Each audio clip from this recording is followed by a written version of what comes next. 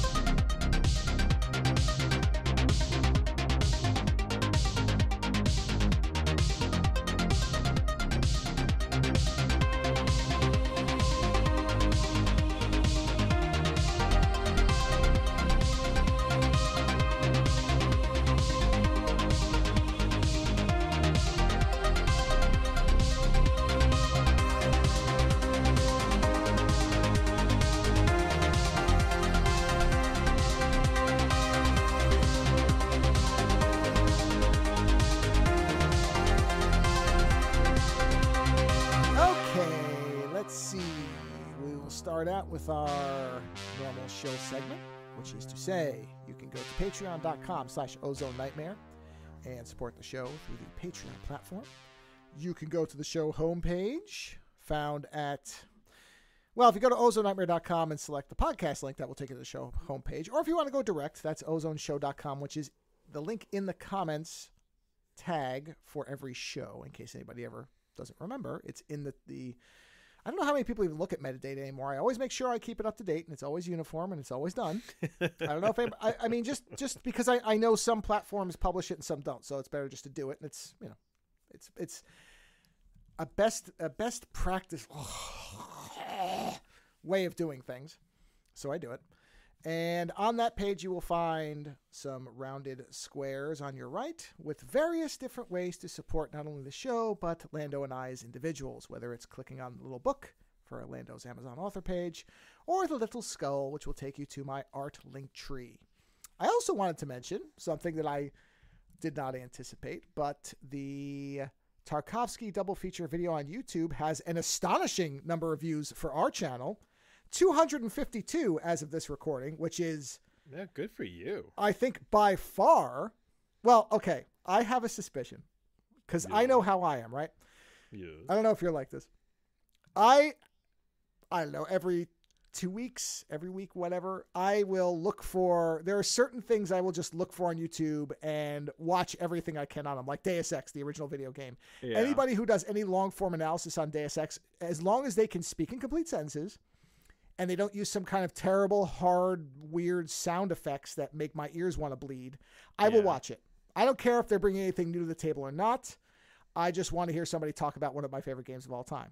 Stalker the movie is the same thing. I will look for a Stalker analysis, and as long as the person can speak coherently and, you know, isn't flashing, I don't know, gore in my face or something where it's trying to make me sick or whatever, or, you know, throwing the camera all over their room, then I'll listen to it. And so I wonder if that's part of this, because Stalker is one of those movies. Solaris less so, but Stalker is one of those movies that does draw people because of what it is and how respected it is. So I wonder if some of it is the fact that it is a 5-hour-long show about Solaris and Stalker. You know what? You just reminded me of something I wanted to share with you.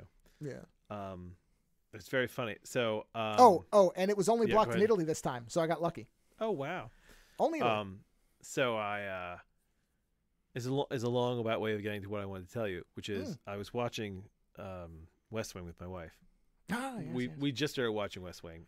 We're like still halfway through season 1. It's a fun show, and I was making fun. I meant to ask. Yeah. Is season 1 in widescreen or is it in the 4:3?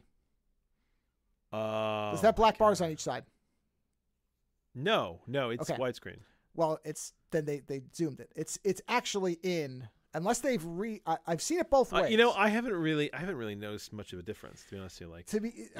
Frankly, I think they shot it because it does go to HD natively later. I think they shot it to be able to be zoomed. So I don't think I was just curious because I've seen it in both formats on different services, depending on, because it bounces around like, every show does now. It bounces from one service to the next service to the next service, and every year it seems to be somewhere different.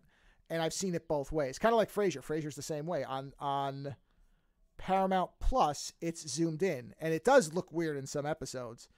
But then when I bought it, it is in its native 4:3 until season 10, which is where they actually went HD.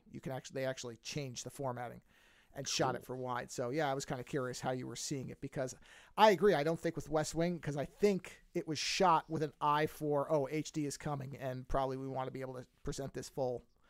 And so I think they kind of wisely planned their blocking a lot better than some shows where people's heads get cut off.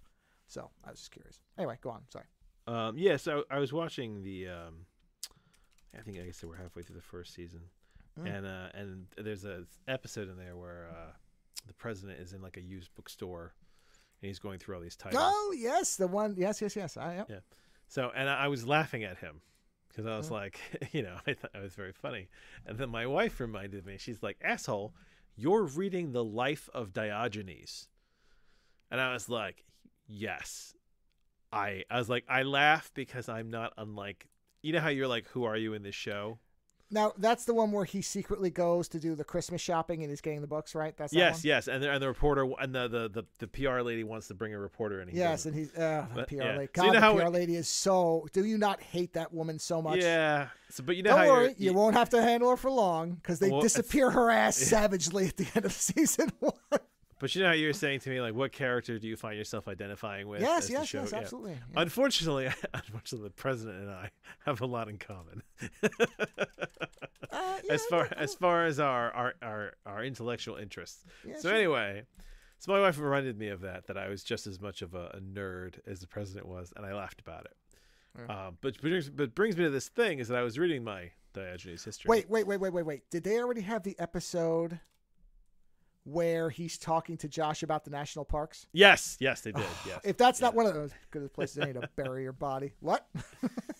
What a show. I do love the West Wing because its writing is so sharp for a good portion it's very quick. Yeah. It's good.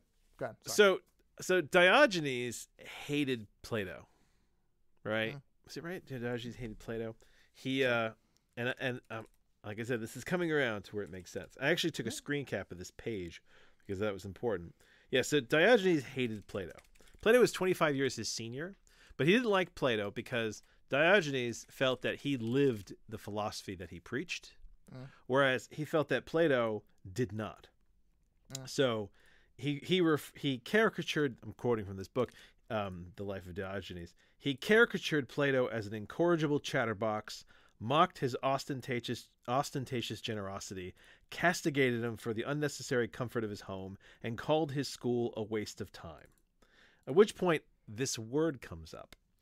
So, in Greek, the word diatribe is to lecture, right? Yeah. But the word catatribe is to waste one's time. Okay. I thought that was such a cool word that is not in usage anymore. Catatribe, yeah. Catatribe, because we're always like, don't give me your diatribe, and it's like, it's a diatribe if you feel like you are being lectured, like, effectively. It's a catatribe if it's wasting your time, and I'm like, man, my life is full of tons of catatribes. Like, catatribe should be like the word of the moment as far as I'm concerned. How many people are catatribing you? Online, in the news, TV, like, it's essentially a lecturing waste of time. Sure. And I love the word, but I realize that because it is an obscure word, you it's the whole oxymoron. Oxymoron is the correct pronunciation of oxymoron, but if you call someone an oxymoron, people will tell you're saying it wrong. At which point you realize that the reality is language is however way people use it. And if you use too many words that people don't know, then you're not effectively communicating. But I do love catatribe. I think catatribe is an excellent word. It's a great word. Because, sometimes in this show I find that we're that we are lecturing, but overall, we're kind of an entertaining waste of time. Oh, definitely. Right? Yeah. So it's kind of like, how would you describe your podcast? It's an entertaining catatrap. That's yeah. You know what? I like that because it would actually make somebody have to discover what catatribe means. Being like, it's a tribe of cats? What? So it is accurately describing a waste, but doing so in a way that benefits you by adding knowledge to your brain. In a weird way. That's not the most oxymoronic way or oxymoronic. Is that how you're supposed to say oxymoronic? It's supposed to be, oxymoronic, yeah. Wow, it does. Okay. It's weird, right? Well, here's the thing about that word. Oxymoron is a much more satisfying word to me in how it sounds than oxymoron. However, essentially, you're calling something an oxmoron. You know what I mean? But oxymoronic sounds stupider than oxymoronic or oxymoronic. Yeah. That sounds better. So what would it be? The singular nature of the word is stupider sounding in its accuracy, but the descriptive version of the word is more lyrical sounding coming off the tongue. So it is yeah. Language is funny. Yeah, oxymoronic sounds much cooler than oxymoronic, but oxymoron sounds way better than oxymoron. Well, because because you like the moron part. That's why. Yeah, it does. Yeah, I guess I just like to say moron. That's what you like, the moron part. Yeah. Yeah, it's true. It's like no, you're being a fucking oxymoron. It's like, oh boy. You are unknowingly presaging a astonishing set of reviews that's coming later. Oh, okay. I just wanted to share my nerdiness with you. That's all. Well, speaking with the language idea, as the Spanish speaker of the two of us, even though I am quite fluent, I don't like to bring it up. So I defer to you and things because you have the ability to say it in a way that sounds more fluent than me. Even though anybody who's ever watched any of our gameplay videos knows I speak better Spanish. I'll be honest with you. I only ever speak Spanish these days to my mother and my cats. Well, the cats and I. Somebody. The cats, in fact, when they hear me speaking Spanish, they think they're going to get treats, so they come running over. And really, what it is that I like to insult the cats at length in detail, and I do it in Spanish. So the Spanish word for chicken is pollo. Pollo. Is that? It's pollo. I always like to say polo. No, polo is. Yeah, I know. Polo is a shirt. It's a game for rich, spoiled kids. Yeah. I know. Okay, that's what I thought. Because I always hear because the double L, L, El Polo Loco sounds better. the double L, it makes a sound. Yeah, I guess it throws me off because the single L is L and the double L is oi. Or we have other letters. Yeah. Pollo. I mean, all languages are like that. Well, all languages have weird letters. Yeah. Yeah.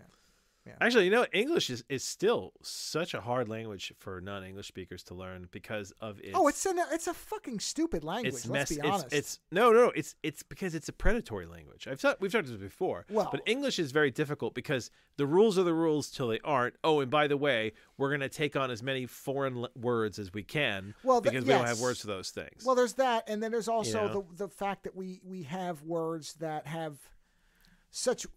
I mean, maybe I don't know enough about other languages, so maybe this is true of all languages, English or not.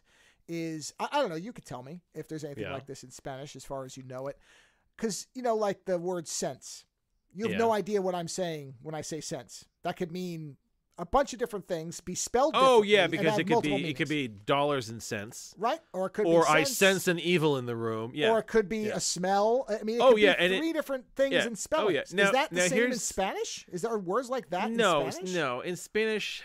See, because it's not fucking stupid. That's what I'm saying. But in was it Japanese? In Japanese, I know that there are phrases. I learned a little bit of Japanese, but not enough to matter. I know in Japanese there are words that when you it's the way you say them that can mean different things. Okay, but that still has a difference, whereas in English the way I say sense will never give you a clue what I'm saying. I know that there's words in Spanish that I can't translate to English because this is the whole sometimes other cultures have a word for something, an idea, and that there is no word for that. Like, what is it in German? Was it Schadenfreude or something like that? Schadenfreude. Yeah, which is like they have a word for that, which in English is like, isn't it like the enjoyment of watching it's pleasure through the suffering of others or something like that. The bad fortune of others or something like that. Yeah. It's like they got a word. Well, isn't that. that like, I don't know if this is this true that the Eskimo They people have 52 yes. names for snow? No, that's 52, but they have a lot of words for snow. But when you learn about what the words are, because I was actually really curious about this, it's like hard packed snow, crunchy snow, no, powdery it snow. makes sense. But they have So, specific words Yeah. for it, you know. Right. So yeah, I would love to learn a third language, but I'm not entirely sure I know the two that I know already. But I was saying to my wife, I was like, it'd be neat to like learn. I'd love to learn like a Scandinavian language. Just fucking take off into those mountains. Yeah. But yeah. English is weird. All languages are weird. I was trying to explain to my kids, it's like, listen, language is just a bunch of sounds that we all agree upon. It's what it really comes down to. Because Sure, well, of course. I guess their teacher was trying to explain to them that, they said like, why is something called the way it is? And the teacher was like, well, that's just what they call it. You wouldn't like it if they call it this. And I was trying to explain to my kids, I was like, because we were talking about rose water and toilet water.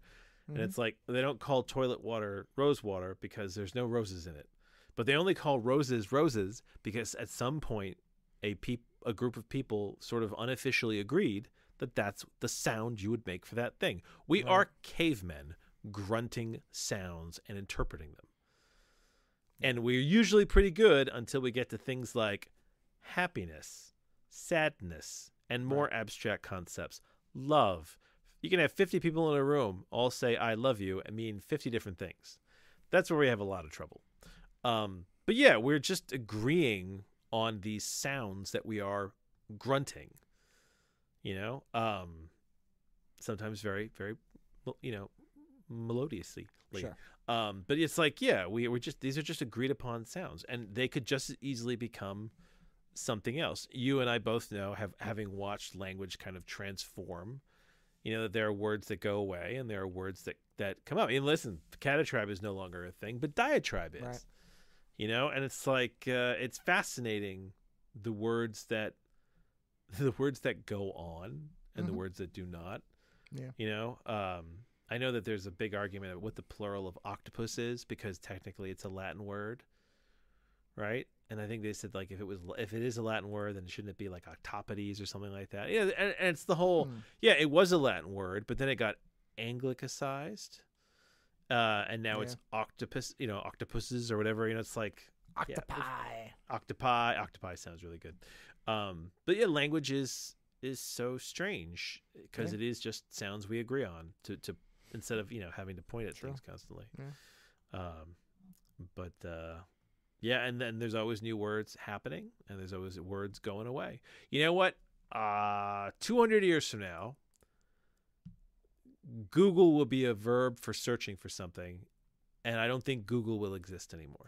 Oh no, I will be very surprised if that term sticks around. I don't think so. I think that term will phase out. I already hear less people saying it than they used to. Interesting. I mean, I don't know. I'm not laying money on it or anything, but I think my kids used the phrase the other day, and they've never used Google in their lives. Oh yeah. See, I hear people just saying search for. Just do a search for it. I hear that a lot. Listen. I have no problem with with Google going away. Yeah, I don't either. I do love the fact that to this day, when anyone refers to X, they have to say X, formerly Twitter. Oh, I don't. And I sit there and I say, "Oh, Musk, that name change is really working." No, I do. In fact, the most recent late night in that first part, when I said Twitter because I'm not calling it that, and Paris completely agreed. She said that is correct, and I'm like, damn right. And she's a tech reporter, so yep, I defer to her. I think it's so funny. It's like no, people don't like your name change, man. Yeah, but I'm not gonna go to Elon Musk for a while. But that is a good giveaway to somebody who thinks that they are so important that their presence and their desire supplants basic marketing 101, which is when you have a recognized and marketable name, you don't just change it to something that is stupid. Yeah, I mean, honestly, if he'd called it Twitter X because this is the new Twitter, it's totally extreme, right. That might have stuck better. But just calling it X, like, well, why don't we just call it P? Yeah. But, I mean, this is yeah. Anyway, we don't need to get on Elon Musk. I was Nope. just using it Nope. as an We'll get example. right back off it. But I have a brief movie review for you before we get into Ooh, stuff. good. Very brief. Good. I watched The Marvels because that's out on streaming. Yeah, and you know what? Before you say anything, Yeah. I have now that all the, that it's past the being in the news and everything, I have seen a lot of a settling to a middle ground on that movie where people are like, it's fun and empty like a lot of Marvel stuff. Okay, so I read nothing about Marvels. Well, when it came out, if you remember, Marvels. it was seen as a huge failure, and Marvel's. Oh, losing, it was the first one, they were I think, like, that lost big money. It's a shitty girl movie. I do remember that. Yeah. Well, not only that, but it did not. I don't believe it performed anywhere near. I thought it was supposed to be a mini series. Was it supposed to be a mini series, and then they changed it to a movie? Or was it always supposed to be a movie? Miss Marvel, the series led into the Marvels. Okay, well, I watched the Miss Marvel series. I enjoyed it. It was something different. I watched it with my kids. I mean, that's the thing. So much of my TV is stuff that at this point I'm watching with my teens, or my tweens. Who the fuck knows what they're Sure. Whatever. But I watched it, and here's the thing. Was it a great Marvel movie? No, it's not some kind of fucking classic. Was it fun? Yeah, you know what? It was a fun space movie. Yeah. And I think that's the thing with me is that there's Marvel movies that are clearly like some kind of superhero movie, right? And then there's Marvel movies for me. What's that? I said most of them now. Yeah, but then there's other ones that for me are just kind of space movies. Like with this one, they dealt with time portals and the walls of crossing into other dimensions, and they were in spaceships and they were running around to weird planets. There's actually a planet there where everyone speaks in song, which is very silly. The whole movie is it's like they were trying to make a teen like Guardians of the Galaxy-esque flick, where you have a team that comes together, and they're running around space, and there's a whole herd. Honestly, there's a moment in that movie that I did laugh my fucking ass off, which is that they have to get 300 people off of a space station, but most of the escape pods are gone. And at this point, they've realized that the ship is full of the space station they're on has hatched like a fuck ton of flurkin, because there's a whole time space portal thing going on, which is where their eggs kind of appear from. And they get the idea, Fury gets the idea, let the Flurkin eat all the people. We'll get the cats into the last remaining escape pods, and then when we get down to Earth, we'll fucking shake the cats till they vomit the people up. Because Flurkins are technically portals. They're not eating you. Like, you're going somewhere. And having Fury basically herding cats around a space station so they eat all the crew members, I thought that was genuinely funny. I enjoyed the movie. Was it great? No. Was it fun? Yeah. Do I need to see it again? Probably not. Will my kids watch it again? Probably. And I think that's kind of where I'm at with a lot of movies, where it's like, did I regret the time I spent on it? No. Honestly, my biggest problem with that movie, I realized watching it, Captain Marvel is too skinny. They have a scene where she's like in a tank top, just walking around. And I just kept thinking to myself, honey, you got to eat something. You got to eat something. And especially since Monica Rambeau is like a kind of jacked black lady standing next to her. And I'm like, yeah, it's like Brie Larson. I don't know whose idea it was to like waif you out here. I was like, come on. I was like, you don't even need to get jacked. Just have a sandwich. But maybe that's just my own. I prefer thicker ladies, I guess. Sure. It just looks like unhealthily skinny. Yeah. But whatever. That's me. Beyond that, no, it was I guess I'm at a point in my life. I'm not invested enough in any of this shit for it to actually get to me. Maybe if I cared, maybe if it was like a major part of my reality, I would give a shit. But I have so many more important things to think about that, like, as long as the movie doesn't actively treat me like a total fucking idiot and or insult me, like, do something really insulting where they're like, at the end of this movie we decided that racism is the correct path forward or some bullshit like that, right? I watch them and I go, yeah, you know what? That was fun. Do I need to see it again? No, probably not, but I had fun. You know, listen, there's amusement parks. Like, you know, those little mom and pop amusement parks you find out like in like the Midwest or like backcountry type stuff. You know what I'm talking about? Sure, yes. I know exactly what you mean. Yep. Where they got like in New Hampshire's got a ton of them. They got like a log flume and like a bunch of like wooden roller coasters that are probably going to kill somebody one day. You know, you go to one of those and at the end of the day, you walk away and go, was this a great amusement park? Not really. Did I have fun? Yeah. Do I need to come back? Nah, not really. And there you go. There's a review for you. The Marvels is like a New Hampshire amusement park. It's worth going to if you're there. Do you need to go out of your way to visit? Not really. Will you enjoy it while you're there? Yeah. Will you forget it? You know what? You'll forget some of it. You'll remember the scary wooden roller coaster and how soaked you got on the flume ride. You know, I'll remember them using the Flurkin to get people off the space station and the musical sequence, which was like a little weird but funny. But I'm not invested enough for it to hurt or bother me.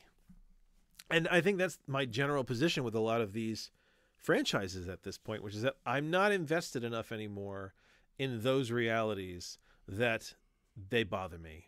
I didn't even watch the last Star Wars. I realized that the other day that I still haven't Rise watched of Skywalker. Yeah, Rise of, you know, we want to squeeze the money out of this.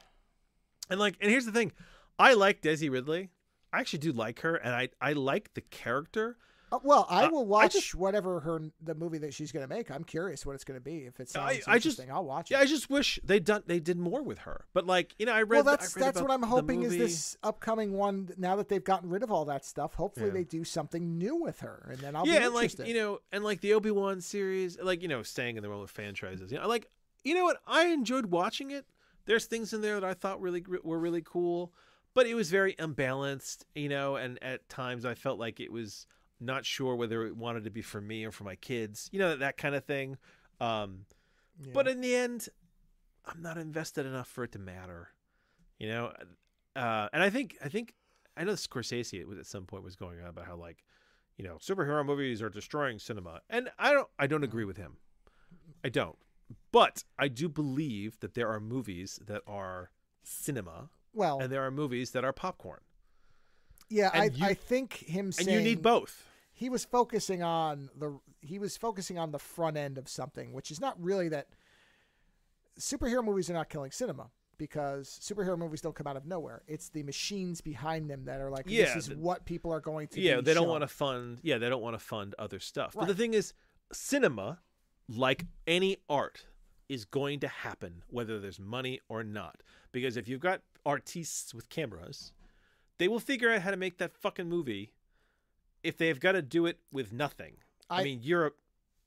I completely agree. I did a 5 or 2 on this because a couple of different people that on YouTube that I actually generally agree with on a lot of things and like their movie reviews and their opinions, both within a few days of each other, I think, had these videos where they're, oh, I'm afraid for the future of movies. I'm like, oh, shut up.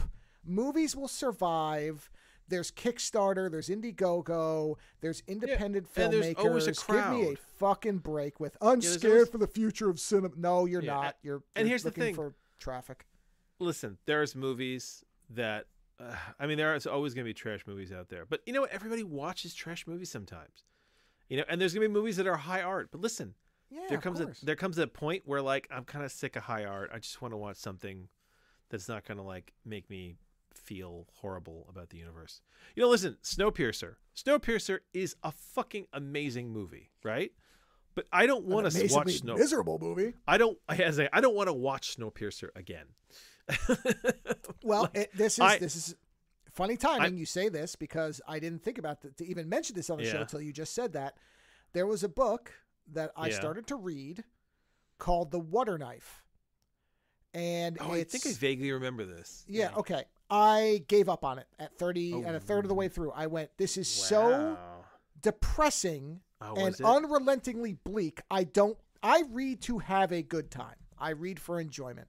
It doesn't mean every book has to be happy beginning to end, but this book was just misery. It was like reading The Road.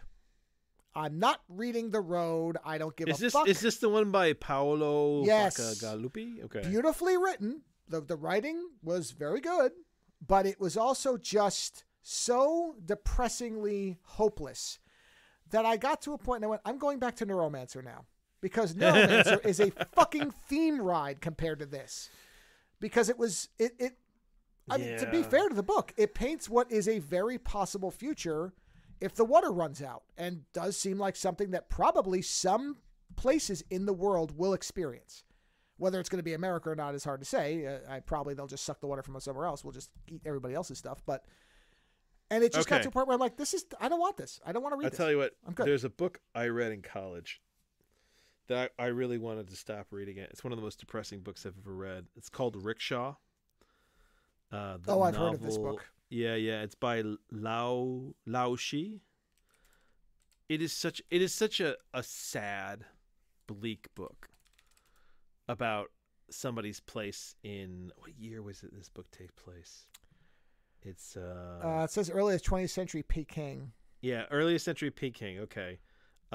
It is depicting the dehumanization of a worker who both represents and is victimized by a sick society. Oh, this sounds delightful. Oh, I read that for my English lit undergrad, and I remember I got to the end of that book and I was like, why did you send my head there? And it's like, well, the idea of literature like this is essentially to say, hey, this is what that feels like. You may never be in that culture, but that culture exists. Experience it so that when someone tells you to do something about it, maybe you'll do something about it, right? Yeah. And I totally get it. It's the whole, some things you have to experience. I experienced it, and I never want to experience it again. Nor do I want anyone else to have to experience the reality. No, but you know what? I understand that mentality, and it's like I read The Culture of Make Believe, which is a savagely depressing nonfiction book. Yes, it is horribly depressing, and it did realign the way I looked at things. It did change some stuff. Simulacra and simulation. Jean Baudrillard in general completely changed my relationship with the nature of reality. But there is also something different about a nonfiction thing. Something like that, I'm more like, okay, this is for my benefit. So the problem is you thought you were getting some fiction, some enjoyable entertainment fiction. Yeah. And you got something that was just so bleak. Yeah, and there's stuff like that. You know what? Warhammer is really bleak to me. People love Warhammer, but like Warhammer is so bleak dystopian to me to read that like I just get tired of it. Yeah. You know, and like and Cyberpunk, people have said to me that Cyberpunk is kind of bleak and depressing. I'm like, it's not, because it's so now that when you read Cyberpunk, you have to remember that though you are in a bad part of the world, there are other places where it isn't like that, where it's more normalized. Like in Neuromancer, you're dealing with a criminal who's at the end of his rope, trying to pull off a big heist. But that's like watching, Heat and thinking that everybody in the world is a criminal wanting to rob a bank. Well, but to your point, the thing is, though, that Neuromancer and Cyberpunk in general, while largely dystopian and full of a lot of things that are depressing, is not unrelentingly and oppressively bleak. There are, like Snow Crash has a lot of happy, funny moments. Neuromancer has...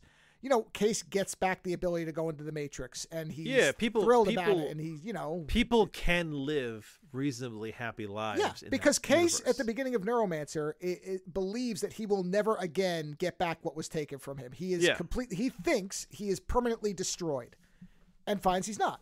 Now, I'm not saying that makes the book all smiley faces and happy dances, but it's not unrelentingly depressingly bleak.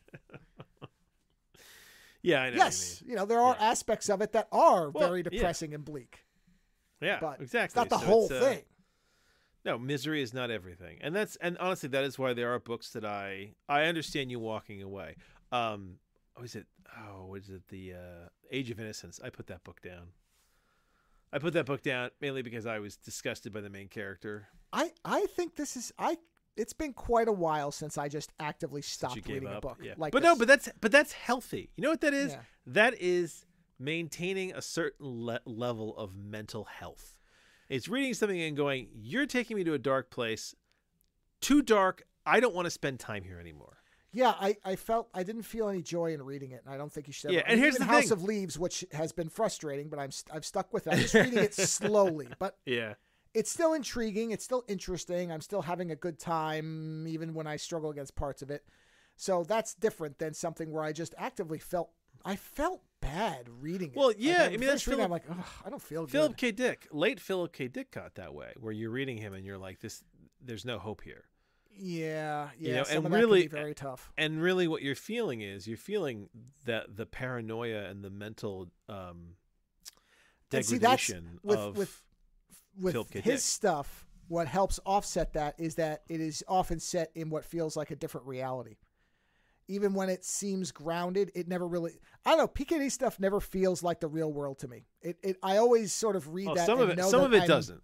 Some of it doesn't, but some of it None does. of it does for me because I always and I think this is just maybe this is a mental shield I created for myself after I read a few of his things where I started just think, okay, it was almost like, in Neuromancer where he stims into Molly and he's seeing everything as her. Yeah. That's how I am with his books. I'm like, okay, I'm putting my brain into his, but it's not me. I'm seeing the world as him. And there's like a separation wall there where I never feel, it never gets me that bad. I know it slams you for a while. Yeah, it does. That's why I kind of had to give up. Like, I'm very particular now about the titles of his that I'll still read.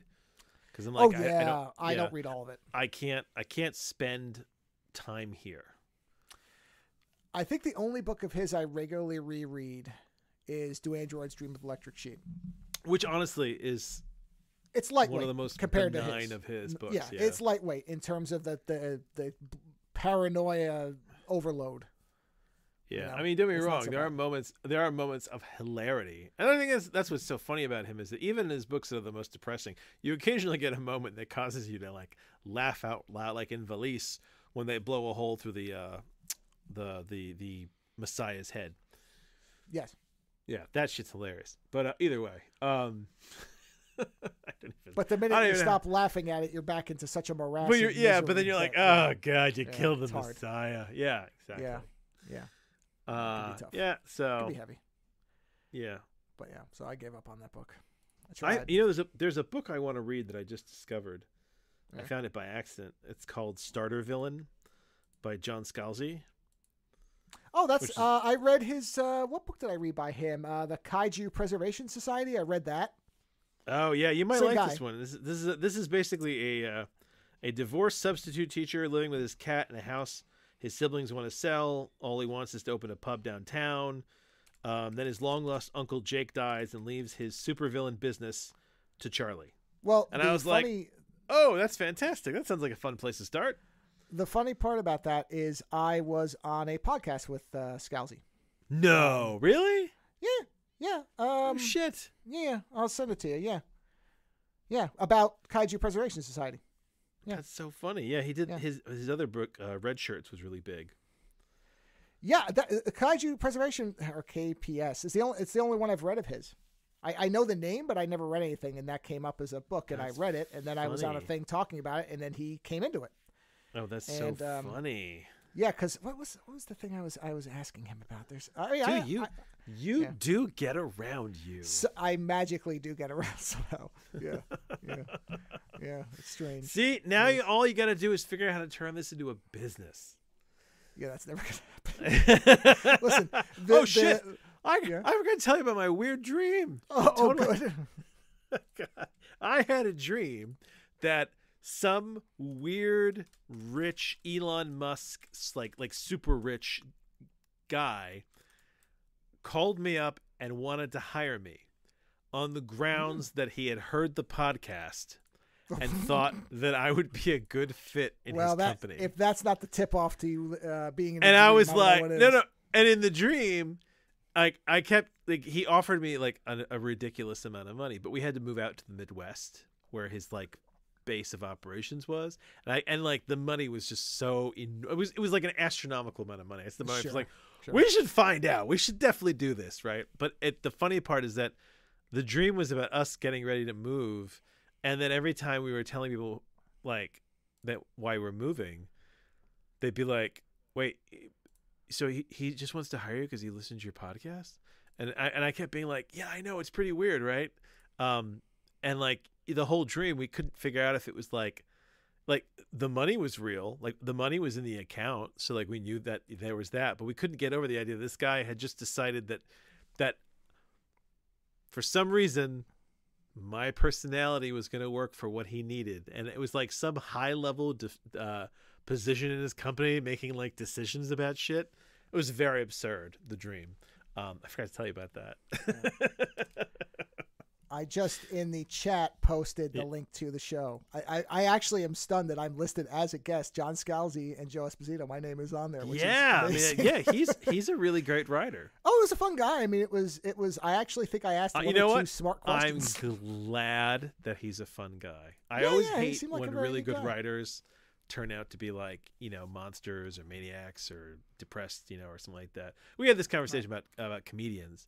Where like there's a lot of these comedians that in real life, if you met them, they're like really sad or they're really glum or they're not, they're not necessarily the most fun people to hang out with because they've got a lot of darkness behind them.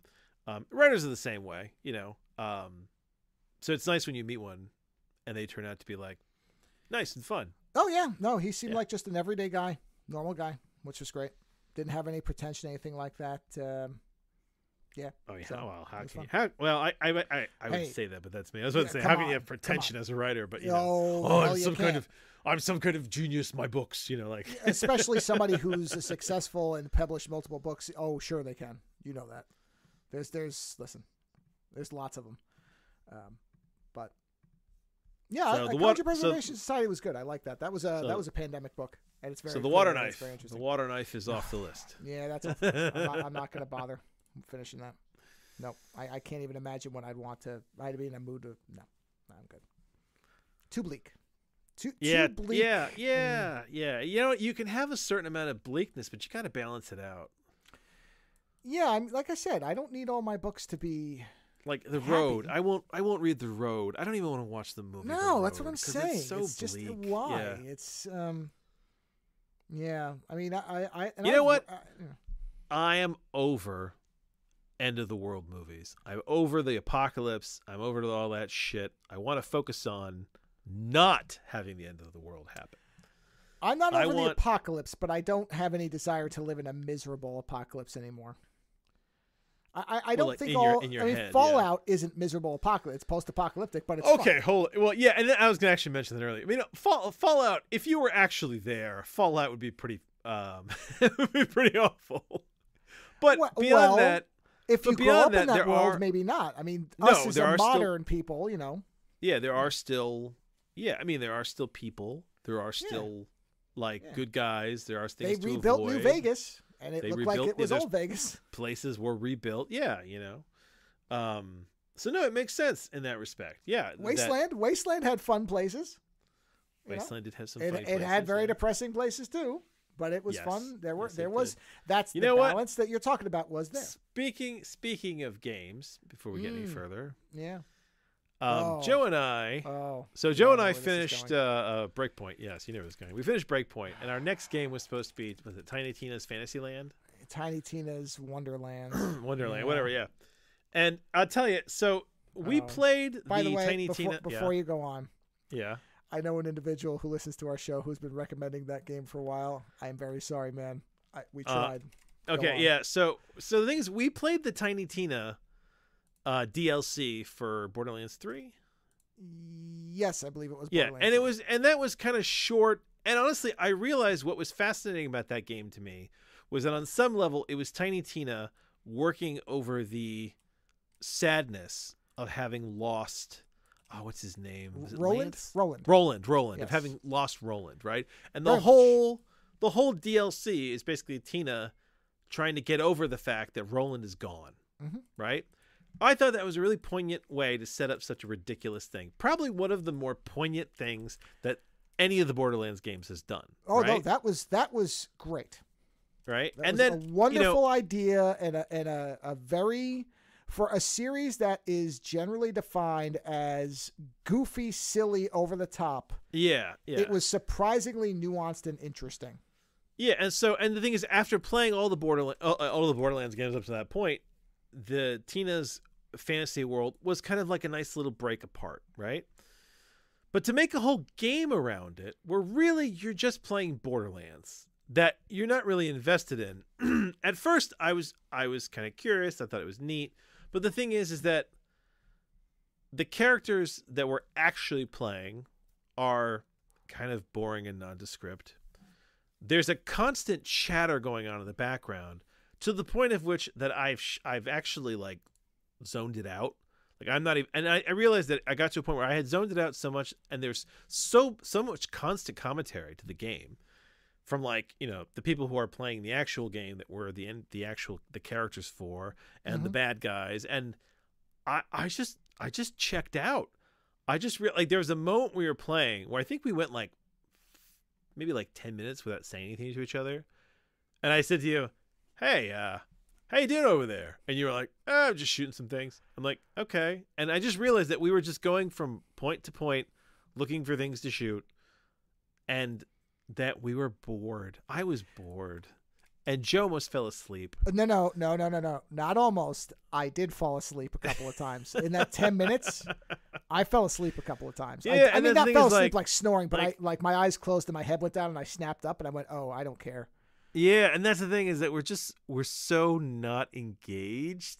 And like it's okay to play like a fast and loose game, but it's almost so loose that we're just like, yeah, whatever. We'll go there. Yeah.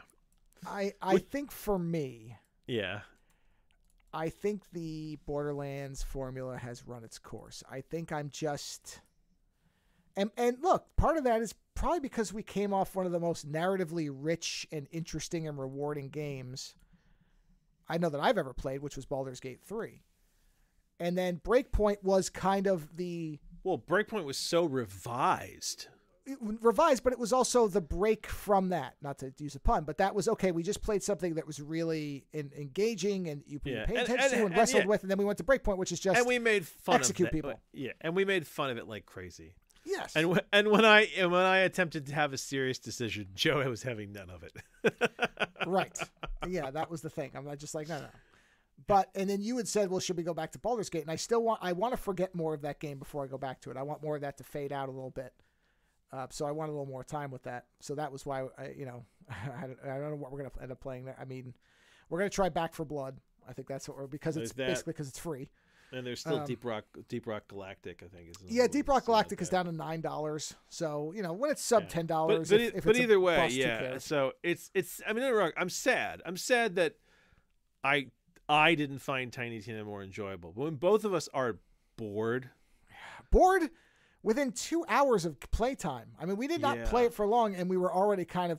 And plus, I have to say, I don't think it's visually very interesting. It felt very. I mean, I know that it turns the color, but it felt like a DLC. And honestly, and you pointed this out, I thought Tina was older and voiced differently, and it's because same in the character in the last Borderlands, which is like the future one, where it's like all new characters, you meet Tina, and she's like an older, more weathered Tina. She's not like the little like nutty kid anymore. She's still nutty, but she's not the little nutty kid anymore. Whereas this, you've gone back to the Tiny Tina from the early Borderlands, and it's like, well, okay, so we've gone back to the annoying Tina. So yeah, it just didn't do it for me. Yeah, I that character cannot work for a whole game for me. Just can't. Yeah. Not like this. Not in this context. So, yeah, I recorded it. I doubt I'm even going to post it. But I record it where I'm like, yeah. Well, because it's boring. Honestly, that's what it is. Because we aren't engaged. So it's just like it might be fascinating to hear us degrade over the course of. I think it might be 2 videos, possibly 90 minutes total. It might be funny to hear us going from like, okay, here's the mechanics to what within one. Oh yeah, and then the realization that what's her name is not there. Yeah, Moxie. Yeah, there's no Moxie. Moxie. Yeah, there's no Moxie. Yeah. There's no. Yeah, and it's kind of like, oh, okay. Like a lot of that humor is missing for me. And I'm sure someone will say, "Oh, you need to play for another." No, I'm not. I don't. You need to play for another 6 hours, man. 6 hours will get you there. Look, this to go back to Stalker momentarily, because I can tie everything back to Stalker one way or another. There was a individual who I said, I was talking about, art house movies and very long films and everything else.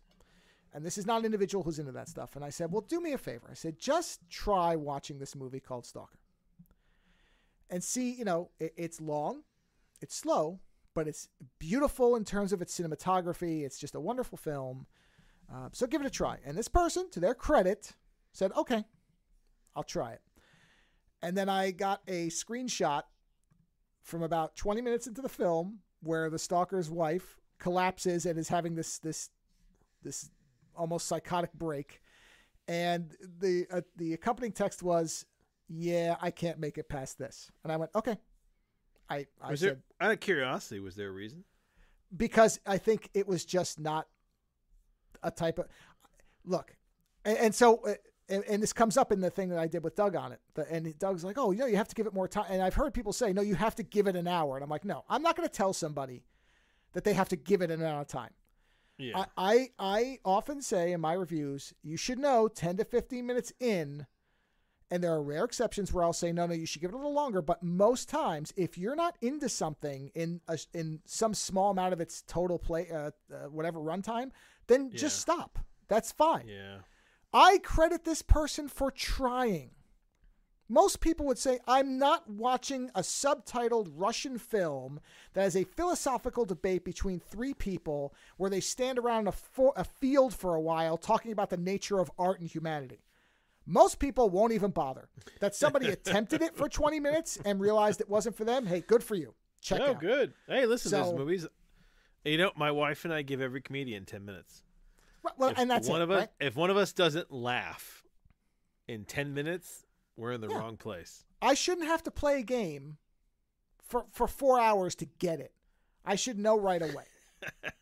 Now, there are exceptions to that. Like with Baldur's Gate, we didn't know the mechanics. Yes, that took a while because we didn't understand the game. You have to, I'm not gonna stop playing a game until I have a grasp of it. And then if I feel like, okay, I know what I'm doing and it's still terrible, then I'm out.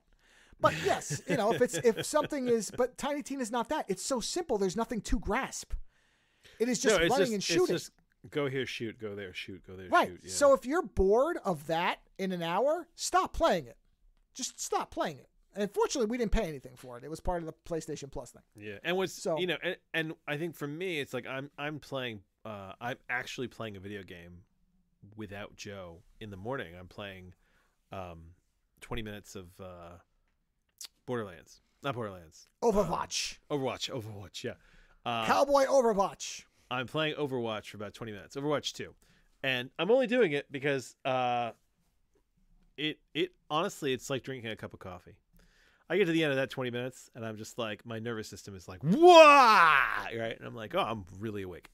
But what's funny is that like you can play that game, and even though you're just doing different boards, it is so tense and it is so to the wire that like when I play for 20 minutes, I set a timer for myself. It doesn't feel like 20 minutes. I feel like I'm playing for an hour.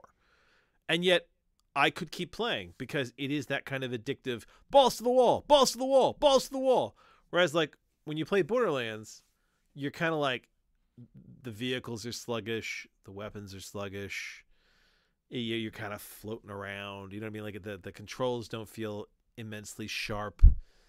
Like it doesn't feel tense in any way, shape, or form.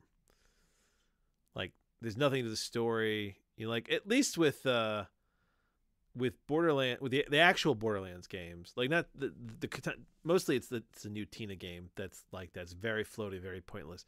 Whereas the Borderlands games, at least there was humor, and at least there were kind of weird locations and funny personalities that would pop up, and then there was the occasional absolutely absurd quest, and you were kind of curious to see how things were going, but the Tina game doesn't have any of that for me. No. It's just No. And the combat could be better. When I first started playing, I thought that it was actually going to be more fantasy oriented, so I thought that it was going to be based around like magic and melee. But then you get there and you're like, oh no, it's just another shooter. Like, okay, I thought we were actually going to have to fucking melee our way through this. But no, it's like, oh no, you've got your crossbow. And you're like, I don't have a crossbow. You gave me a fucking pulse rifle. I was like, this is just another shooter with a very different skin. This was a cheap game to make is what it was. So I'm glad. I hope that it works for somebody. I know that it does not work for me. Yeah, it's... I think if it had been less of just a fantasy skinned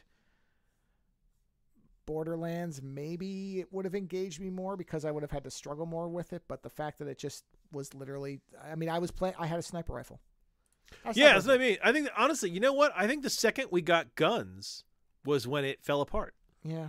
I think up into that moment when we actually were like being forced to sword things left and right and use our magic, we were like, oh, okay. And then you got to a point where you're like, it's not magic. It's a grenade. This is your shield. This is your gun. It's Borderlands. Yeah. Yeah. And that's where it fell apart for me. It did. So who the fuck knows where we'll go next? But what have you got, sir? Hey, we'll try Back for Blood. I mean, I'll try. It says it's free. We'll try it. Whatever. Okay. So, oh man. Oh boy. Oh boy. Oh boy. This is, how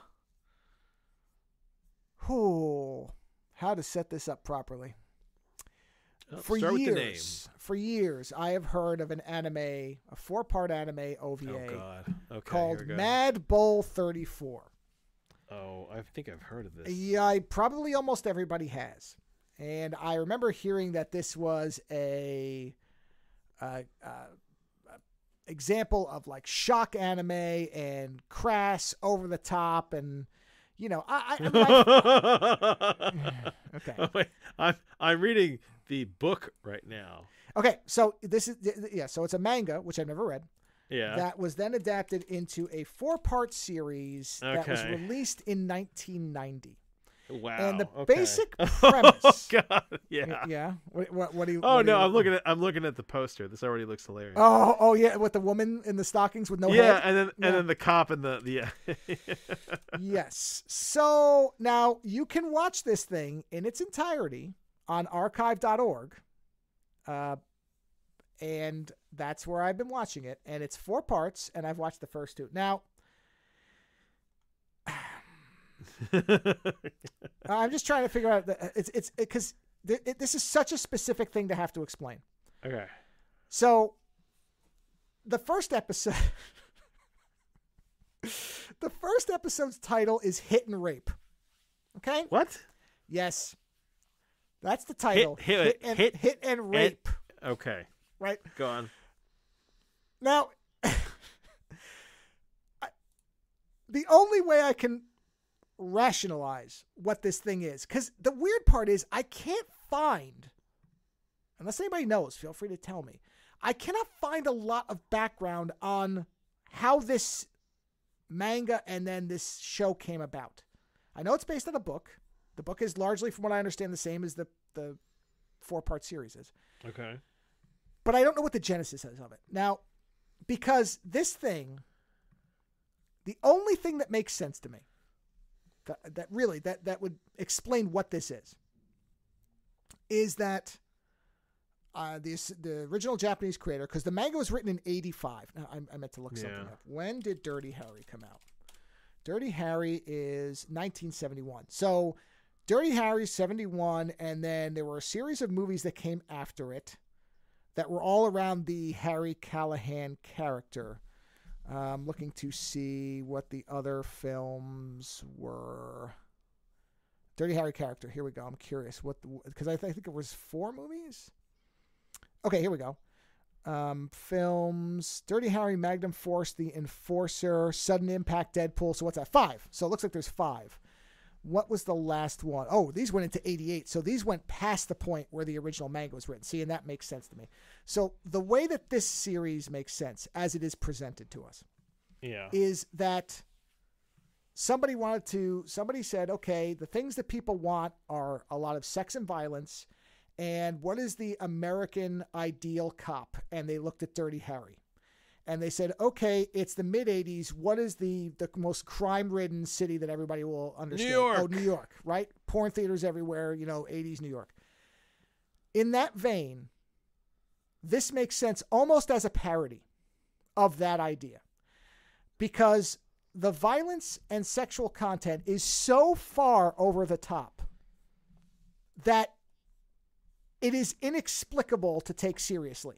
It is so offensive in the way that it treats women, in its portrayal of what American police are. I mean, don't get me wrong. I'm not defending American police by any stretch. But a cop like Mad Bull would not be able to stay on the force for very long. And certainly wouldn't have a hearing with evidence of him murdering people and be acquitted the way that he is. It almost is a joke. But I don't think most people could make it through this series. I'll just say okay, so series starts out. So episode 1, which as I said, it is, and I'm not kidding, it is called Hit and Rape. Series starts out and we meet a young Japanese detective who is joining the 34th precinct of New York City, which is supposed to be the most crime-ridden, the toughest precinct around, and so, they need somebody. He's a very highly decorated officer, he's great marksman, all the rest of it, very, very well respected. And this is the intro we get explaining what the world of Mad Bull 34 is. So I will play this. The Statue of Liberty, a powerful symbol of the principles on which America was founded. But in modern-day New York, there are many who would abuse those principles. It is the job of the New York Police Department to keep these elements under control. The 34th needs new recruits of your caliber.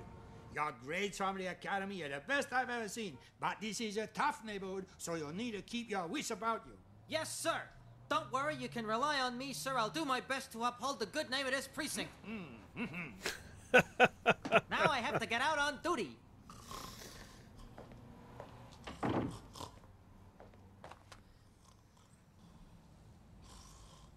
Jeez, I sure hope I don't end up like him. The guy's a disgrace to the force. Hey, kid, give me my hat back, will ya? Go. Come on, kid, just give me the hat. Listen, mister, I got a name and it ain't Kid. It's Dizaboro Eddie Band. Okay, so your name's Dizaburo. So, you got a name? Around the precinct, I'm known as Mad Bull, but my real name is John Estes. Friends call me Sleepy. Shit, this guy's my partner. I bet you're pleased to get me as your new partner, hey, kid? I mean, Dizaburo. Oh boy, this really sucks. Welcome to the precinct. Yeah, thanks. Now, physically, Mad Bull is like Zangief, like a Jet Black size. And Diceboro is the size of Radical Ed. So Okay. they have this huge disparity in their size. Mad Bull is a big, broad, looking guy. And then Diceboro is looks like almost looks like Steve Guttenberg from Police Academy. Imagine him, but shorter. That's what Diceboro is. And sure enough, of course, he ends up with Mad Bull, and they immediately go out on the street, and within 15 seconds they encounter a robbery that is being perpetrated by two individuals wearing hockey masks on roller skates. And they've robbed a convenience store, and they are trying to escape. And we get this scene where we immediately see Mad Bull's version of here's how I handle robbers. All right, you're both under arrest. Throw down your weapons immediately. Hey, fuck you, Junior. Wait till you get off giving orders. Fucking kid.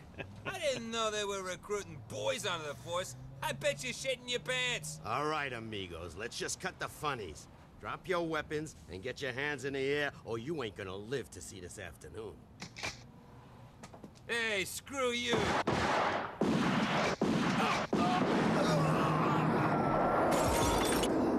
Sleepy! Now, Hey, fuck you, Junior. yeah, that is a great. Now, when I tell you that the scene where he shoots these guys, this is not just he shoots them. He evaporates their faces, and it is very graphically shown. There is gore unlike most things I've ever watched in this otherwise grounded series, at least in the first episode, where their heads just get erased in red. Like there's a neck with no head on it. You see all the bits and giblets come off. It is as violent a scene as I've ever seen in an anime series, right after he tells them to surrender and then just shoots them. So the gore immediately is way past what I expected. Again, I'd read that this series had this stuff, but until you see it, I just thought it meant, you know the scene in Ghost in the Shell where she shoots the guy in the office and his head just detonates? Yeah, yeah. It's like that, but it's constant. Ghost in the Shell, it doesn't do it a lot. It maximizes the effect. In this show, it's all the time. The gore is just 100 times more than it should be for what this series you would think would be. Okay? Okay. So after this happens, there's a woman who one of the guys who had already been shot was trying to take hostage, and he's pointing the gun at her, and she's traumatized, and she goes into shock, and she grabs onto Daisaburo, and he's trying to figure out how to kind of help her because she's in shock. And we get this exchange, which, again, this is within the first... I'm looking at the scrubbing through the first 7 minutes. This is 7 minutes into this film, and we get this. Oh.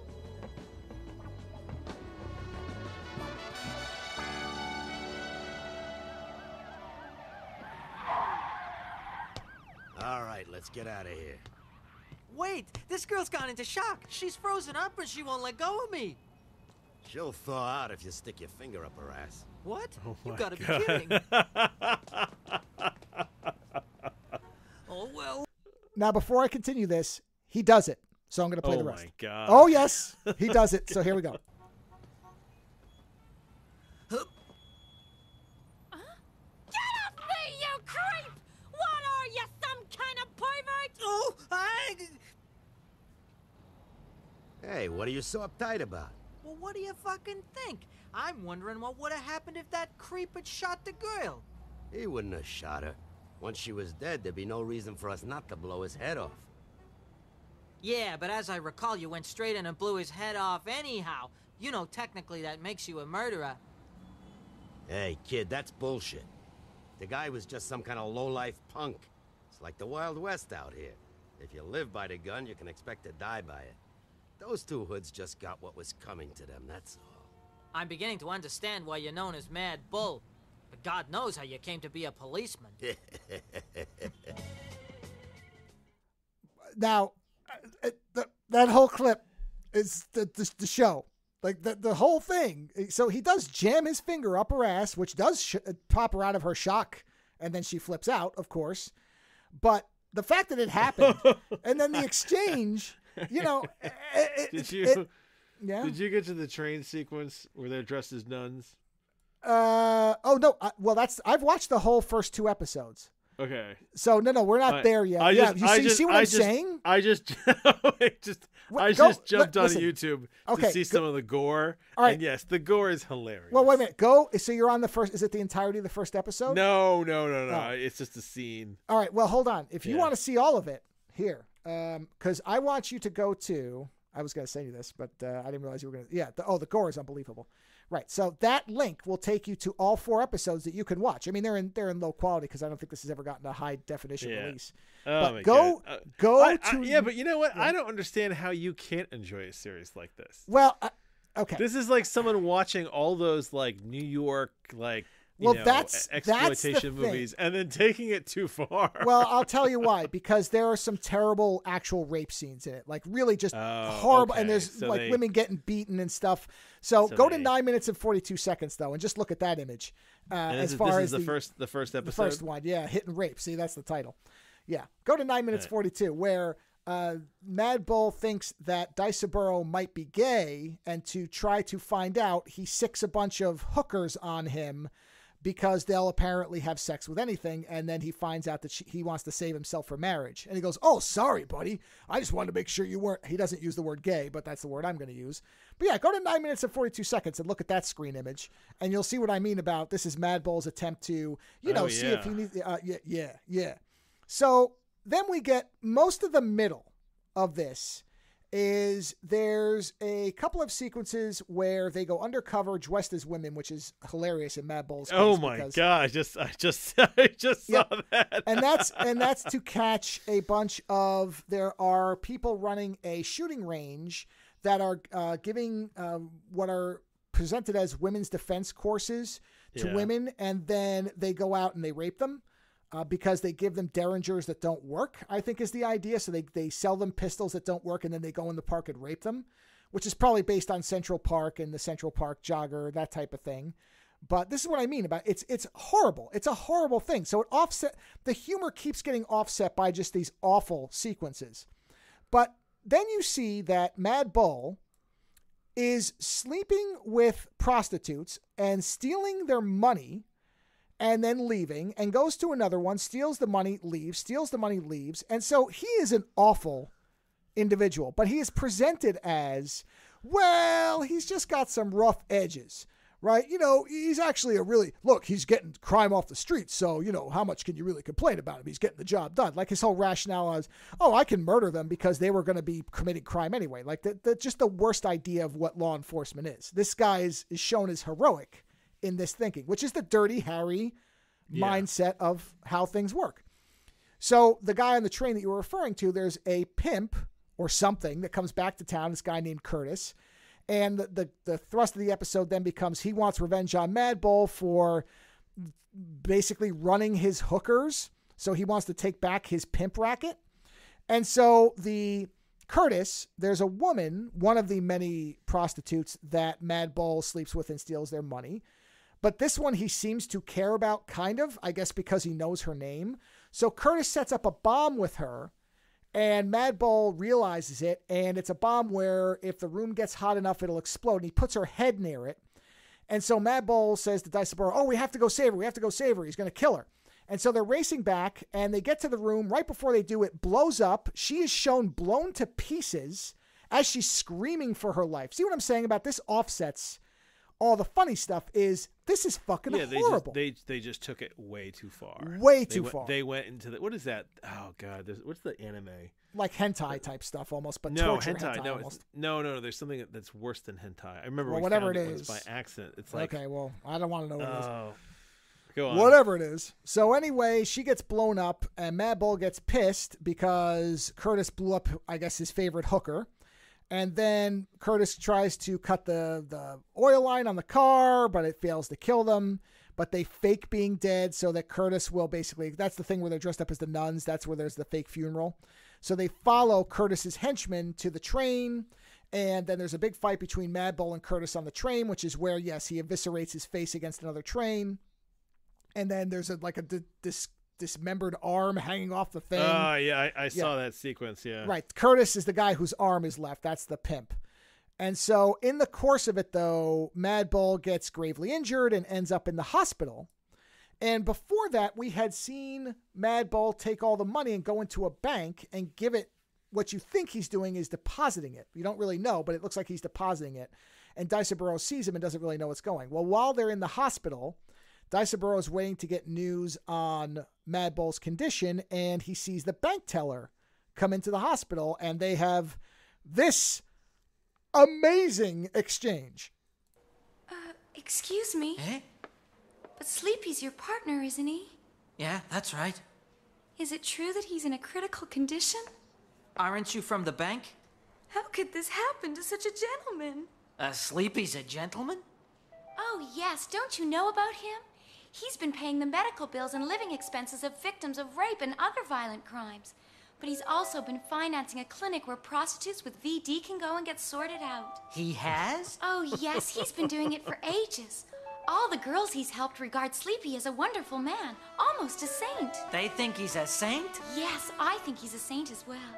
Oh, God, please don't let Sleepy die. He must survive. He must.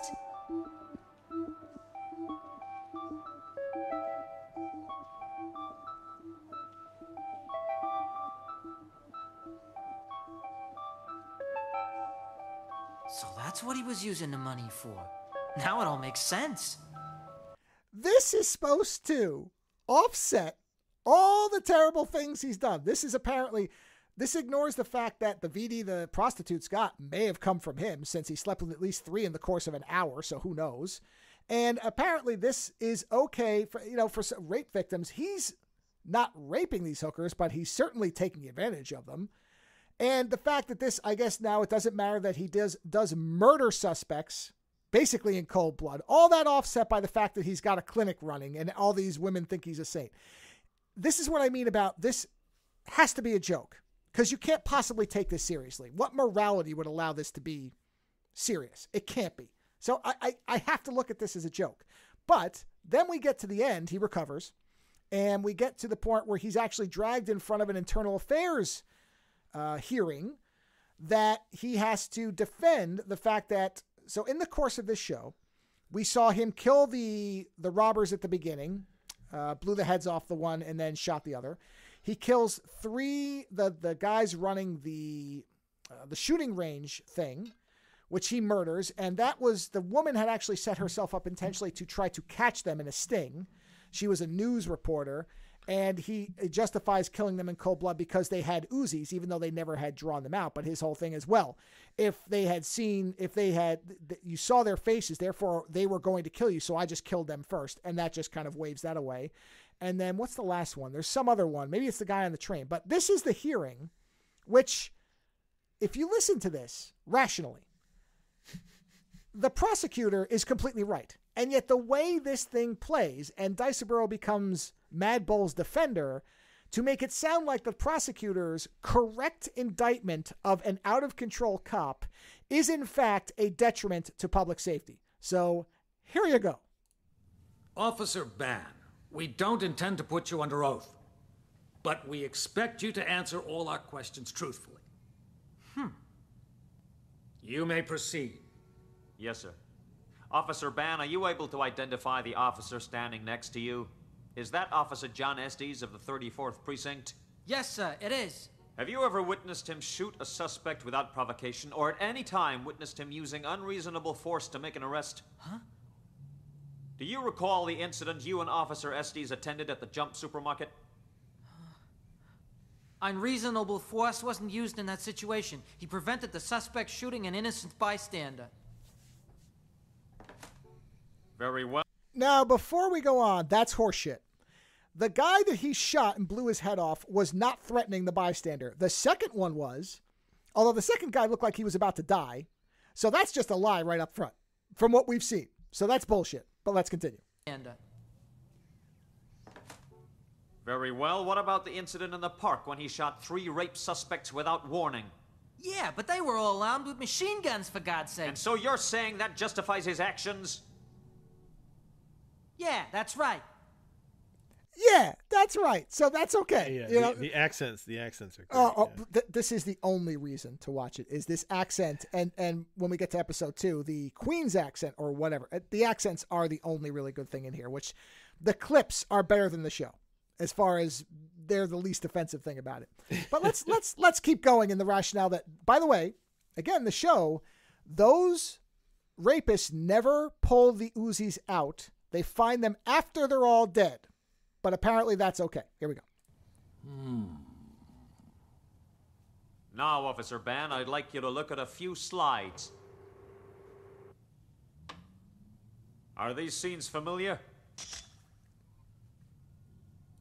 The scenes he's referring to are photos of the things he's referred to just now that could not possibly have been taken by any camera we saw in the actual show, but that's fine. Whatever. That's. I'm not going to nitpick that, but it's basically showing the bodies, missing heads, the dead rapists, all that. I don't know if it's art, but I like it. Exactly. That's enough. All right, now who took these photographs? The Police Complaints Department. Why do you ask? Bullshit. Because it shows you're more interested in trying to press your petty charges than caring for the community we serve. You were at both incidents, and yet rather than lend assistance, you were preoccupied with these stupid charges. Officer Ban, my department has an important job to do. By removing rotten cops from the streets, we are protecting the public. No one should escape justice. What? You've got problems if you think this is justice. By removing this officer from the streets, the only part of the community you'd serve are the gangsters, pushers, and pimps. At this point, you have to just throw any reasonable, rational assessment of this thing out, because That is ridiculous. Mad Bull is, in effect, a pimp. We've seen it. He goes and has sex with hookers and steals half their money. So at the very least, he's allowing them to be prostitutes, if not actively being their pimp. I don't know which it is, but it really doesn't matter. He is absolutely, top to bottom, a corrupt cop. And Diceboro basically says, no, he's not, which is garbage. So, but because, this is a completely warped show that thinks that what he's doing is supposed to be heroic, he is acquitted based on Diceboro's testimony. And then we get, this is the final dialogue of the show where basically everybody's like, oh, it's a good thing you didn't get in trouble. And boy, oh boy, it's a good thing you're on the street. And we... Damn it, Sleepy, I'm glad you didn't get fired. That's great. Without you, the 34th Precinct's arrest record would fall straight to the bottom of the league table. Thanks for the compliment, Chief, but I'm sure if you fell in with that asshole Rotheim, you'd get yourself promoted to mayor. Get lost, wise guy. This precinct is the toughest in New York, kid. There's more crime and more badasses in this precinct than anywhere else in this city. Well, that's nothing to worry about with the toughest cop in the world on the beat.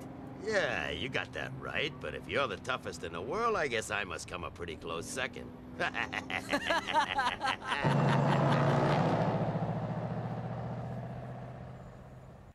And it's all okay because these are the cops that are going to defend New York in the 80s. And that's the end of the episode where everybody is fine and it's great. And Mad Bull is a icon of the police force and the perfect example of law enforcement. So then I thought, okay, because that prosecutor's like, I'm going to keep my eye on you. So I thought, okay, let's see if this ever comes back. I don't know if it will by the end of it, but I went into the second episode and I thought, okay, where are we going from here? Because maybe this was just a one-off episode where this was extreme and it was a way to get people to watch it. Kind of the Game of Thrones thing where you came in for all the nudity and the brutality and then it kind of toned it down as it went on. So I thought, let's see what the second episode is like. And the second episode at least has a less controversial title because the second one is called Manhattan Connection. And in the second episode, we start off and immediately there is a scene where there's a guy who robs, I think, a convenience store, and he's on the run, and Sleepy and Diceboro are chasing him. He ends up in a park where he takes a child hostage, and then we see a woman come up and say, let the kid go, take me instead, don't hurt a kid. And Sleepy and Diceboro are like, don't get involved. But Sleepy is, I think he's hiding behind a tree, so he's not seeing what's going on, and Diceboro's got the gun on the guy. And so the woman trades places with the guy, and he immediately starts like putting his hand in his shirt and like putting his gun up her skirt and all this shit. And I'm like, oh boy, here we go. And then she whips around, gets the gun off him, beats the shit out of him, knees him in the balls, and then subdues him. And then we see Sleepy walk up to see what's going on because he thinks that Diceboro took the guy out. And this is what he says. You can arrest him now, officer. Yeah, I will. Thanks. Hey, Diceboro! Well done, you got him! Who's her? Oh, yeah? Oh, my God, it's Perrine! Detective Perrine Valley! So, how's it going with you these days, eh, Sleepy? What brings you out here, Perrine? I've just been transferred from Queens. This is my first day on duty in the 34th Precinct. I'll be damned. Diceboro, let me introduce you to Detective Perrine Valley, formerly of the Queens PD. What? You mean that she's a police officer? This guy's Diceboro Eddie Ban. He's my new partner. Nice to meet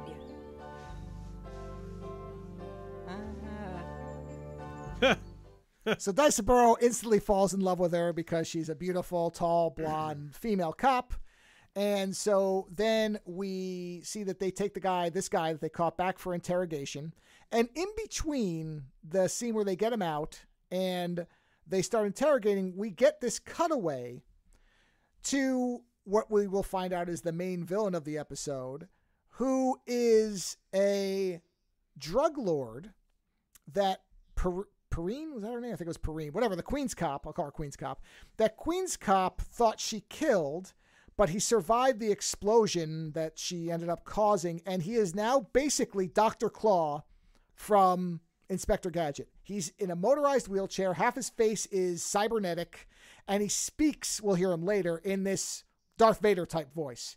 We've gone from a grounded but hyper-sexualized and hyper-violent first episode to now we've gone full-on like Gundam villain.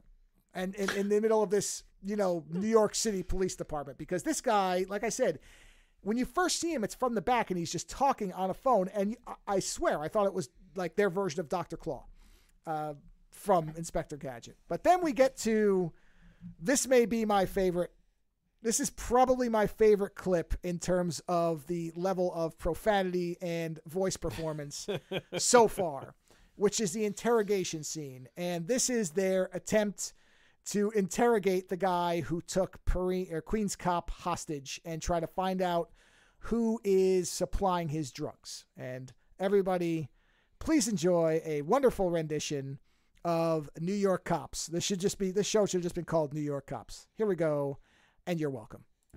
Listen, you sad shit fuck. We know you've been pushing drugs around the neighborhood. Tell us who your suppliers are. I'll break your fucking neck, dickweed. Tell us.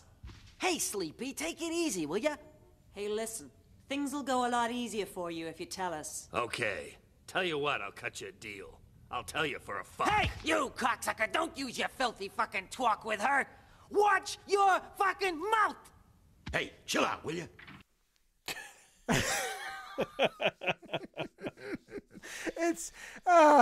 It almost becomes music to the ears when you hear profanity done like that. So they try to interrogate the guy. He's standing off to them, at which point a comically villainous inspector in the department, who you immediately know is aligned with the drug lord because he looks like, he's drawn or animated in such a threatening manner that there is no doubt that, of course, he's going to turn on them later. And this guy comes in and basically threatens to let the guy's kid, he knows the guy has a child, and threatens to like fuck with his kid. And so the guy turns over the information, and they go and they do a stakeout for where these drugs, the drugs are being supplied out of a set of warehouses.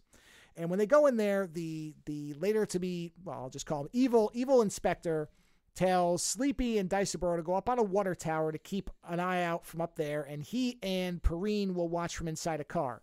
At which point he immediately starts to try to rape her. Immediately. As soon as Diceboro and Sleepy are on top of the water tower, he's like ripping her shirt off and he's trying to have sex with her in the car. And the only thing that stops it from happening is that the actual drug lords, or the drug mules, whatever, show up and a fight breaks out and everybody's getting shot. Sleepy gets... Out of curiosity, what is the point of it? The rape? Yeah. Nothing. Because they want to show animated boobs. That's why. I know that, but so the guy doesn't realize that there'll be any kind of blowback. Well, there won't be. In this universe, there isn't. Because Sleepy got away with murder and basically running prostitutes. So, honestly, for the morality of the department, there probably wouldn't be any. Because it never comes up again. After that, it's not. She doesn't press charges. She doesn't say anything. It just evaporates into nothing.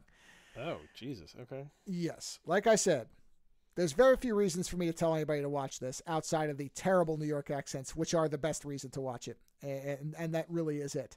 And that's the only reason I'm going to finish this thing, is because I'm going to capture more audio, and it is magical. Also, scenes like, I have to admit, this one, where the gunfight breaks out. Sleepy is shot in the ass about 7 times. We'll end up in the hospital with his ass bandaged.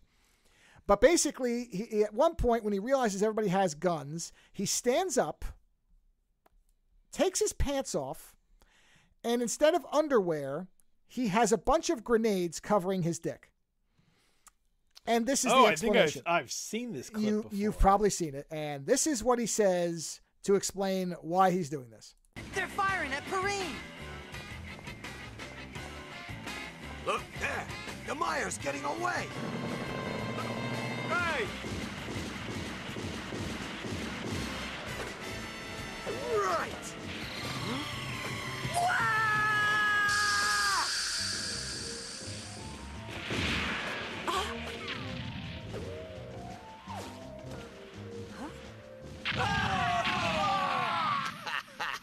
I had a feeling this evening might end up like this, so I used these grenades for a jockstrap. Give me one. So then we have played as a comical sequence where Diceboro is pulling grenades off of his crotch, and he's grimacing for some reason every time he does. And they blow up all the guys, again, into bloody morsels that you see. So the violence is over the top. So then we see that cuts to Sleepy's in the hospital getting his ass bandaged. And then there's a bunch of kind of comical things where Diceboro is trying to tell Perrine, or Queen's cop, that he is in love with her. And the evil inspector kind of foils him. And it goes on for a while with all this back and forth. And then there's a point where you find out that she had that Sleepy's old partner, I think, was romantically involved with her, and then he got killed, so she's reluctant to get involved with another cop again. And then there's a sequence of Sleepy having sex with prostitutes, and meanwhile Queen's cop and Diceboro have gotten a tip-off to where the Darth villain is, and they go to confront him. And of course that's the point where the evil inspector who's with them turns on Queen's cop, puts a gun to her head, because he's been working for Darth Villain all along. And then now here you're going to get to hear his wonderful voice as he explains, what his plan is, or, what this whole episode is about.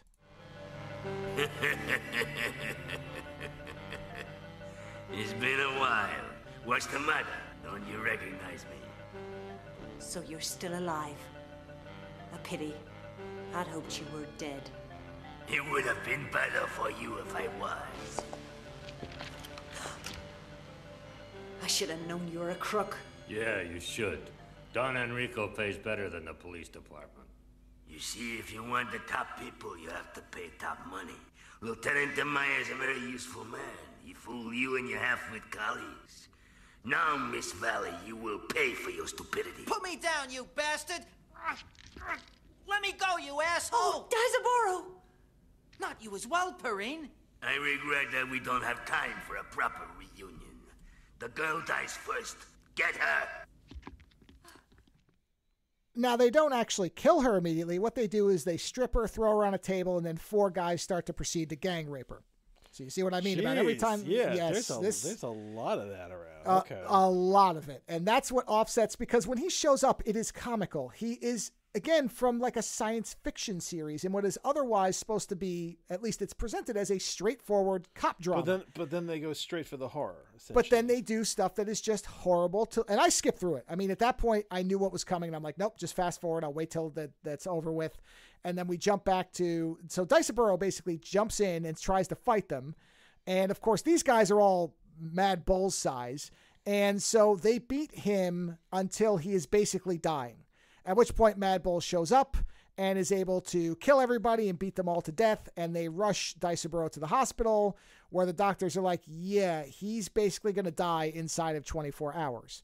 And so then we get this exchange where Mad Bull comes up with a plan on how to save his life.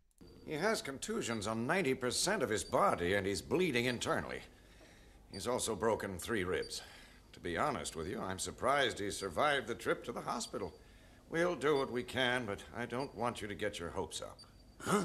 So what are you saying? The patient's only still alive because of his sheer will to live. But I'd only give him about 24 hours. This kid's too young to die. Diceboro, you can't die yet. You gotta hang in there. Perrine. Oh. Diceboro, I never realized that you loved Perrine so much. Perrine, I gotta talk to you. Look, the doc said that Diceboro could easily die. Will you do me a favor and marry him? Huh? Look, I know it sounds crazy, but if he's gonna die, I'd like to see his dream come true. If he's gonna die, then at least let him die happy. Please say you'll do it. It'll make all the difference in the world to him, I know. Diceboro saved my life back at Enrico's place. So if there's anything I can do for him, I guess I should. But... It's Mike, isn't it? Your partner Mike died in the line of duty 2 years ago now, but I can't forget him. He still lives on in my heart. Do you understand? Yeah, I understand. I haven't forgotten him either. He was a nice guy and a great police officer. He always worked exactly by the book, so he and I made an odd couple, but we made a great team. Mike made the ultimate sacrifice. He gave his own life to save someone else's. What do you think he'd do if he was in your position? Diceboro is hanging on to life by a thread. He could go at any minute. If you marry him, at least he'll go to his grave with the knowledge that he didn't die for nothing. If you just pretend to marry him, it'd help. What do you think Mike would have done if he was in the same situation? Yes, but...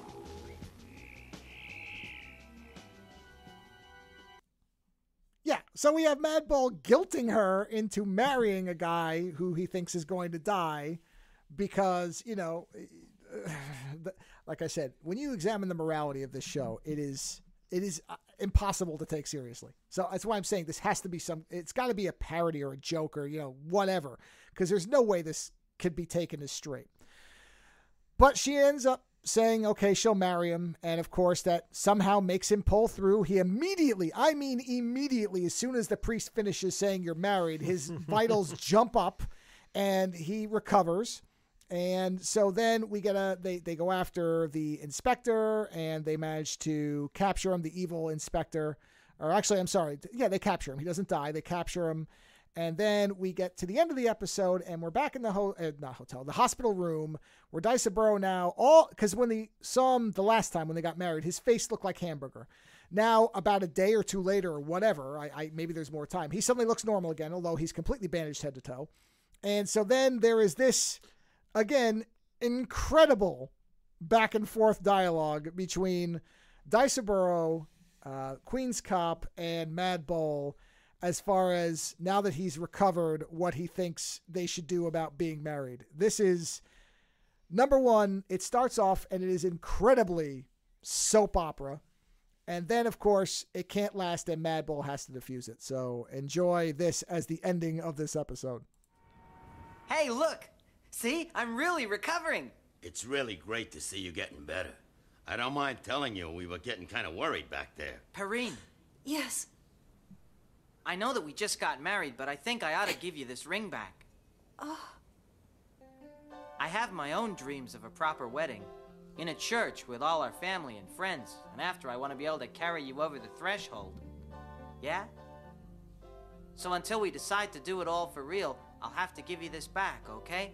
So please, will you take care of it until then? Of course I will.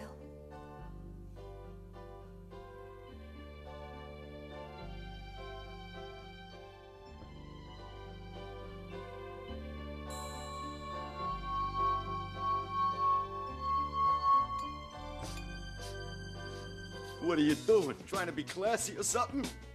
Dickhead! Ow! Oh, you fucking bastard! Sorry!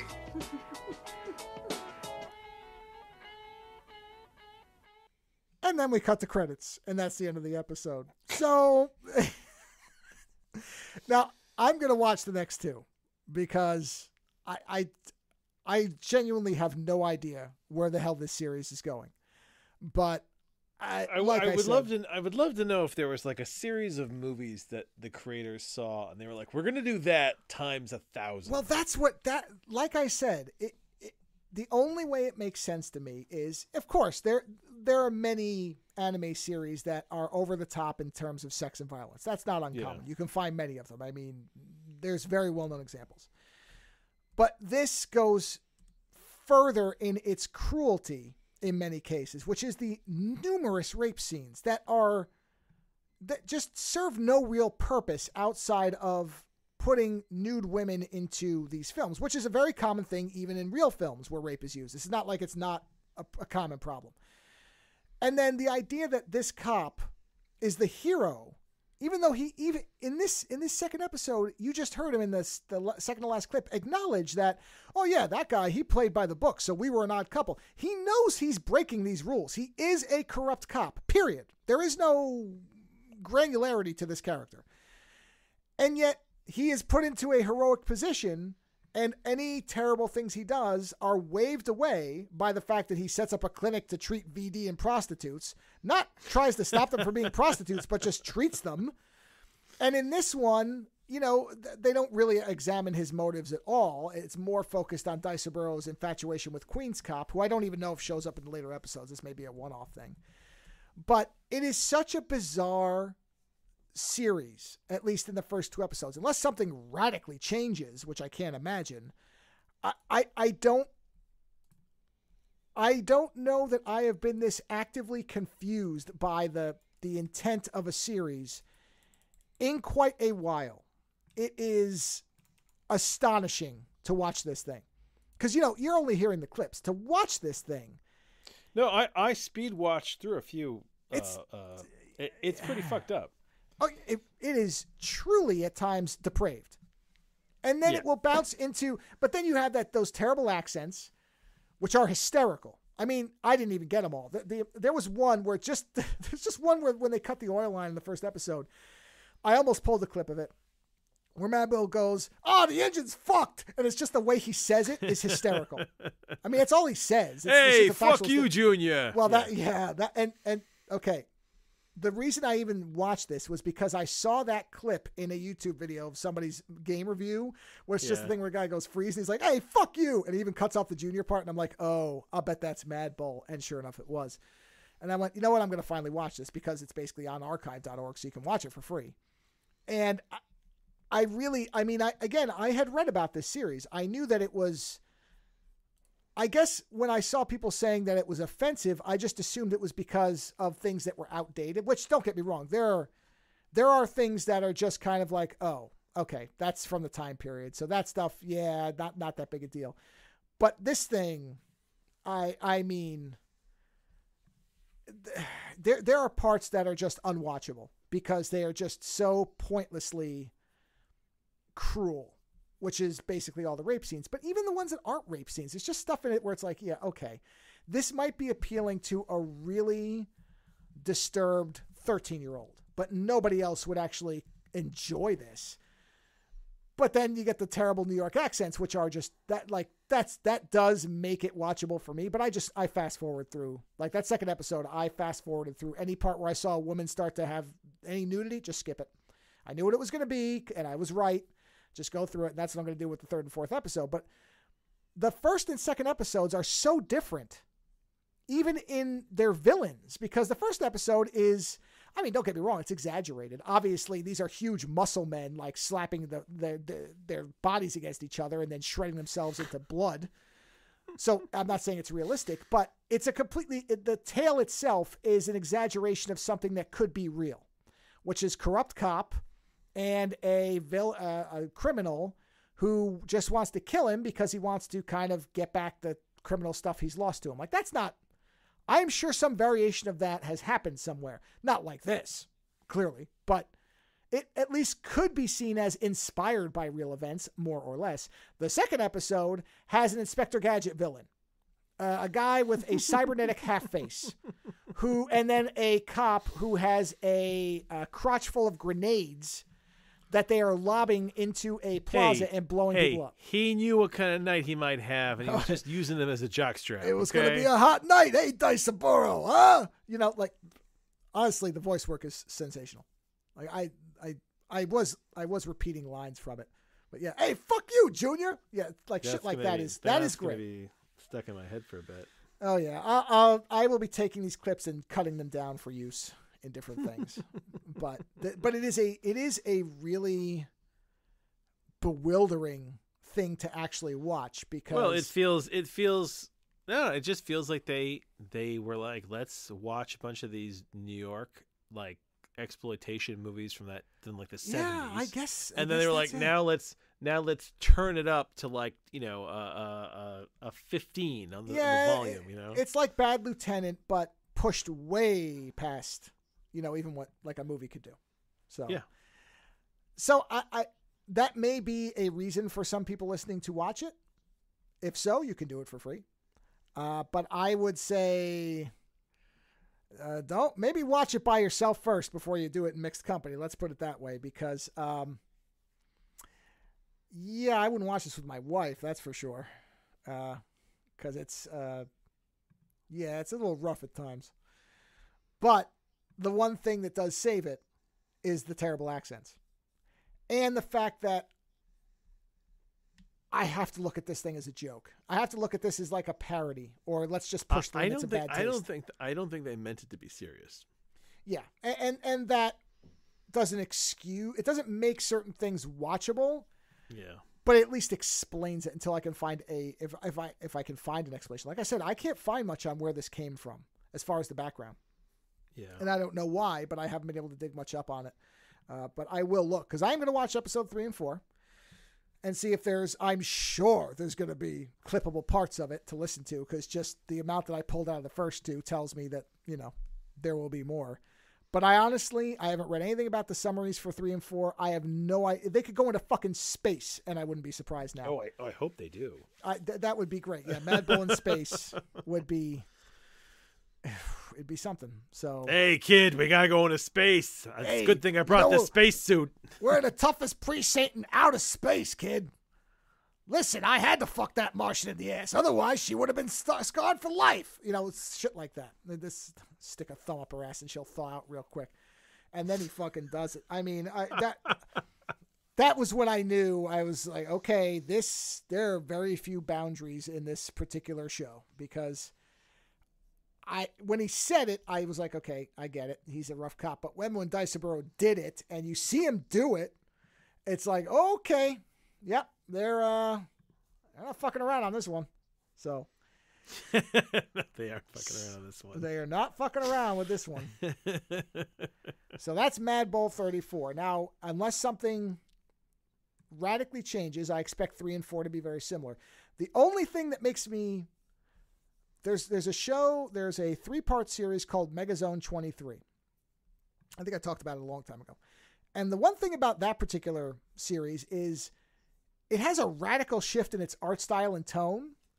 It's the only time I've ever really experienced it at that level, where it was such a severe... You remember in The Authority where they had Art Adams, the regular artist was quietly left, and then they shifted artists, and it was a really big difference. Megazone 23 does that.